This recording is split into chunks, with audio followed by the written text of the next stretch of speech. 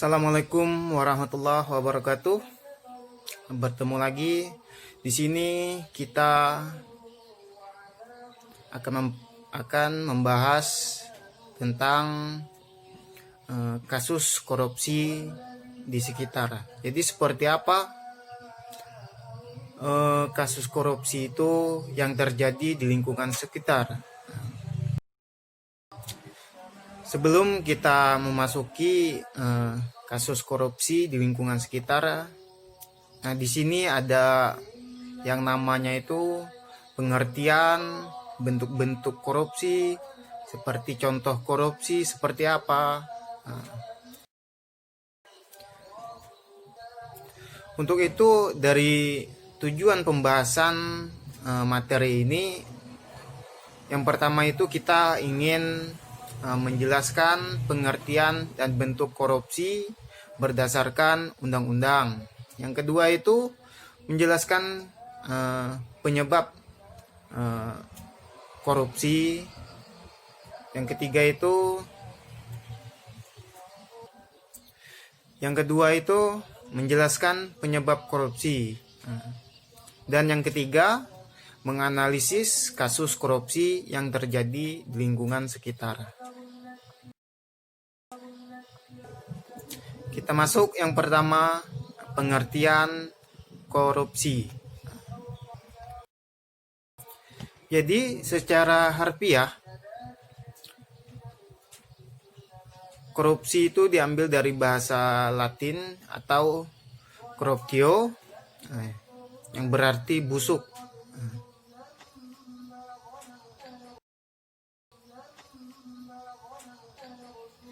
Salah seorang mengatakan yaitu suatu tingkah laku yang menyimpang dari tugas-tugas resmi jabatannya dalam negara, di mana untuk memperoleh keuntungan status atau uang yang menyangkut diri pribadi atau perorangan, keluarga dekat, kelompok sendiri, atau dengan melanggar aturan pelaksanaan yang menyangkut tingkah laku pribadi. Jadi ada salah satu lembaga seperti Konvensi Pemberantas Bangsa-Bangsa Melawan Korupsi. Ini salah satu lembaga. Nah, dia mengatakan korupsi adalah wabah terselubung yang memiliki berbagai dampak korosif terhadap masyarakat. Hal ini merendahkan demokrasi dan aturan rendah, mengarah pada pelanggaran hak asasi manusia, distorsi pasar, mengikis kualitas hidup, dan memungkinkan kejahatan terorganisir, teroris, dan ancaman lainnya terhadap keamanan manusia untuk berkembang. Secara yuridis, Undang-Undang Nomor 31 Tahun 1999 dan Undang-Undang Nomor 20 Tahun 2001. Setiap orang yang dengan sengaja dengan melawan hukum untuk melakukan perbuatan dengan tujuan memperkaya diri atau suatu korupsi yang mengakibatkan kerugian keuangan negara serta perekonomian negara. Definisi korupsi. Jadi, korupsi adalah tindakan yang dilakukan oleh pejabat publik, di mana mereka menyalahgunakan kepercayaan publik yang dikuasakan kepada mereka untuk mendapatkan keuntungan sepihak. Lanjut, yang kedua itu bentuk-bentuk dan contoh korupsi. Bentuk tipikor ini atau tindak pidana korupsi ini berjumlah 30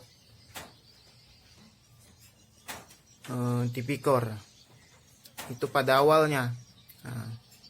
Namun sekarang menjadi 7 delik tipikor.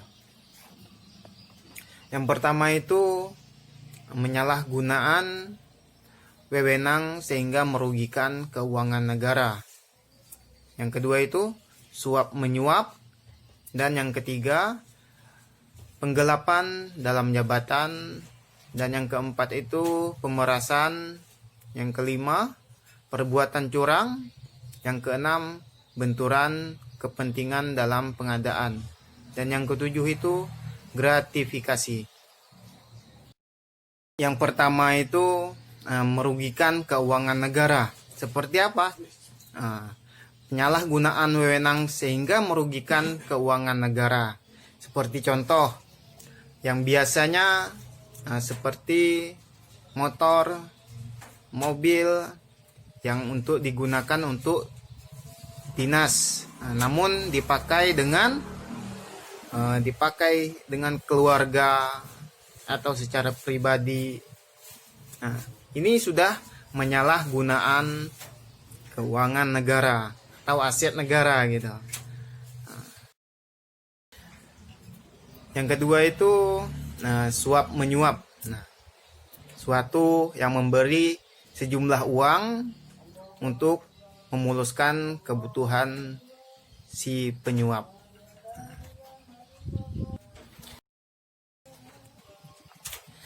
Yang ketiga itu penggelapan dalam jabatan, seperti penggelapan uang atau dokumen untuk keuntungan pribadi. Seperti contoh disuruh belanja namun memakai kwitansi kosong. Itu yang biasa terjadi pada setelah pembuatan SPJ. Ini suatu contoh di lingkungan sekitar yang pernah saya lihat gitu. Yang keempat itu pemerasan. Jadi memaksa orang lain untuk melakukan sesuatu untuk keuntungan pribadi. Seperti gambar yang ada pada slide. Seperti apa sih pemerasan itu?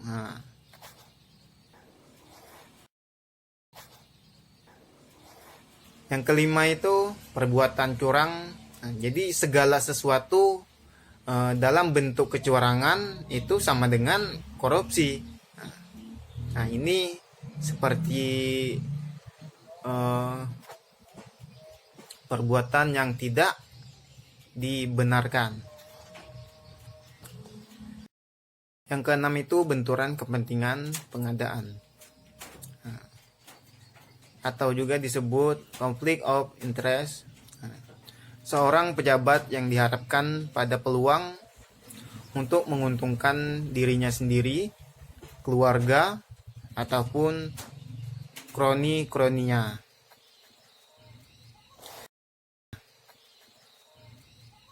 Tujuh, ini gratifikasi. Jadi pemberian hadiah dalam bentuk apapun dengan maksud tertentu. Jadi dengan si tersangka memberikan sesuatu barang atau hadiah untuk dengan maksud tertentu atau ada maunya gitu. Ada beberapa korupsi. Yang pertama itu ada keserakahan. Dengan keserakahan itu akan menjadi timbulnya korupsi.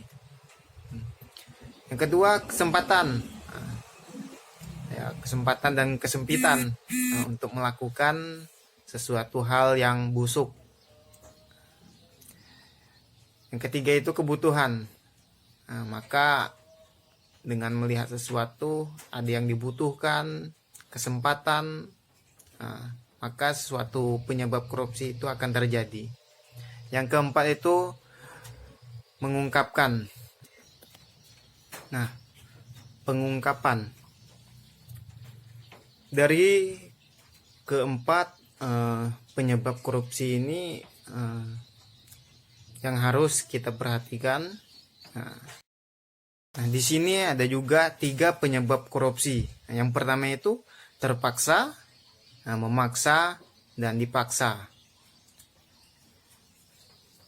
Dari 3 ini ya mau tidak mau gitu.